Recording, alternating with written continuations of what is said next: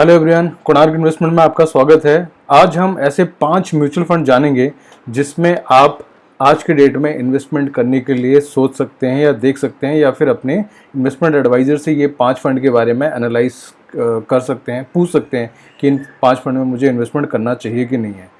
देखिए, सबसे पहले मैंने 5 कैटेगरी लिया है। एक मैंने लिया है लार्ज एंड मिड कैप, जो आपके पहला फंड है ये इन्वेस्को का लार्ज एंड मिड कैप।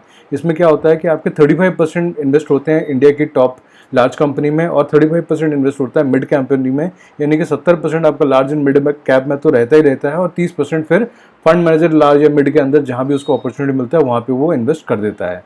और इसका रिटर्न अगर देखा जाए वन ऑफ द बेस्ट है अभी रिसेंट टाइम में। तो नंबर 1 पे आता है लार्ज एंड मिड कैप में इन्वेस्को का लार्ज एंड मिड कैप। दूसरे नंबर पे आता है फ्लेक्सी कैप कैटेगरी मैंने लिया है। यहाँ पे कोई लार्ज कैप मिड कैप का कोई फिक्स नहीं है, इसमें किसी भी कैटेगरी में इन्वेस्टमेंट किया जा सकता है। तो इसका जो अभी देखा जाए फ्लेक्सी कैप में one of the best fund अगर देखा जाए वो पराग पारिक का फ्लेक्सी कैप फंड है। और तीसरे नंबर पे जो मैंने लिया है वो है मोतीलाल ओसवाल का multi cap fund. Multi cap fund में क्या होता है, लार्ज कैप में 25%, मिड कैप में 25%, स्मॉल कैप में 25%, यानी 75% लार्ज एंड मिड में रहता है और 25% फंड मैनेजर को जहां अपॉर्चुनिटी मिलता है वो वहां पे इन्वेस्टमेंट कर देता है। तो ये भी वन काइंड ऑफ आपका डाइवर्सिफाइड फंड रहेगा।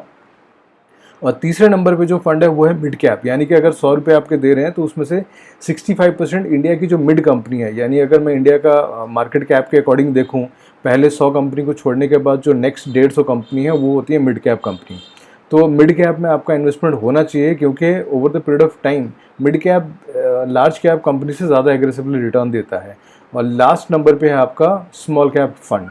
तो स्मॉल कैप में आपका थोड़ा बहुत एक्सपोजर तो होना ही चाहिए क्योंकि over the period of time small cap बाकी जितने भी कैटेगरी मैंने आपको बताया उन सब में से ये बेटर परफॉर्म करता है। तो ये जैसे कि मैंने आपको बताया पहले नंबर पे मैंने लार्ज एंड मिड लिया क्योंकि आपका देखिए जो पहले 3 फंड है large cap and mid cap fund, flexi cap and multi cap, इन तीनों में लार्ज कैप का एक्सपोजर रहता है। तो लार्ज कैप लेने की ज़रूरत नहीं है आपको। तो लार्ज एंड मिड कैप आपने ले लिया तो यहाँ पर भी लार्ज कैप का आपका आ गया। पराग पारिक का जो फ्लेक्सी कैप है उसमें भी लार्ज कैप आता है। मल्टी कैप जो है मोतीलाल का उसमें भी लार्ज कैप आता है। तो लार्ज कैप वैसे भी आपके अकाउंट में आ जाएगा। और mid cap dedicatedly mid cap fund होना चाहिए क्योंकि आपके पोर्टफोलियो को थोड़ा सा ग्रोथ देता है। और स्मॉल कैप क्या होता है, थोड़ा हाई रिस्क और हाई रिटर्न वाला प्रोडक्ट होता है। तो हिस्टोरिकली स्मॉल कैप जो होते हैं वो over the period of time अच्छा रिटर्न दिया है। तो ये ऐसे 5 फंड हैं जो मेरे अकॉर्डिंग बेटर फंड है।